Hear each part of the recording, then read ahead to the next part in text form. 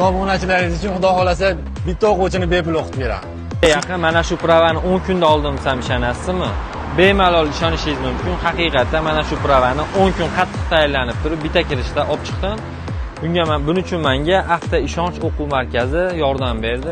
Birinchi o'rinda aytmoqchi bo'lgan narsam, bu yerda o'qituvchilar haqiqatan malakali ekan. Kirganingizdan keyin miyangizga quyib tashlashadi.